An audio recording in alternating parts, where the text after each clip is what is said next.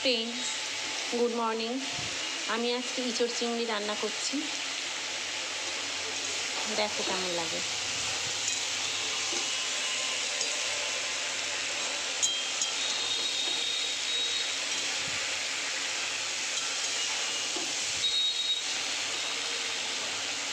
প্রথমে চিংড়ি মাছটাকে ভালো করে ভেজে নিয়েছি, তারপর আলুগুলোকে ভেজেছি, তারপরে আদা রসুন আর পেঁয়াজের পেস্ট করে সেটাকে কষিয়ে ইঁচড়গুলোকে কষাচ্ছি।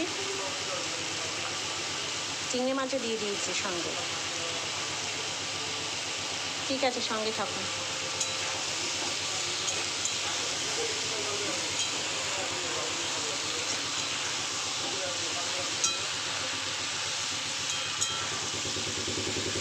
ভালো করে কষাতে হবে, না কষালে টেস্ট আসবে না।